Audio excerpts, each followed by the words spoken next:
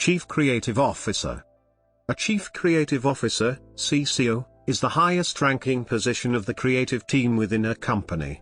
Depending on the type of company, this position may be responsible for the overall look and feel of marketing, media, and branding associated with the organization. The CCO may also be charged with managing, developing, and leading the team of creative directors, art directors, designers, and copywriters. Overall description.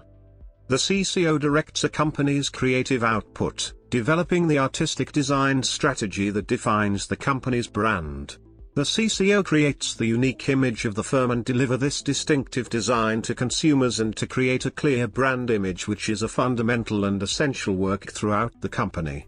Advertisements present a certain memorable artistic design while also structured to accomplish functional goals.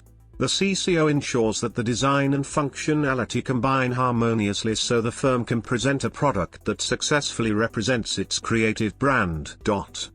CCOs, in some cases are called creative directors, are demanded in firms which involve creative thinking and artistic design.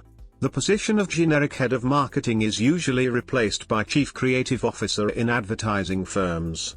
The power of the Chief Creative Officer can even be compared to the CEO, and at the early stages of a small company, usually at the start of partnerships, the CCO and the CEO manage jointly.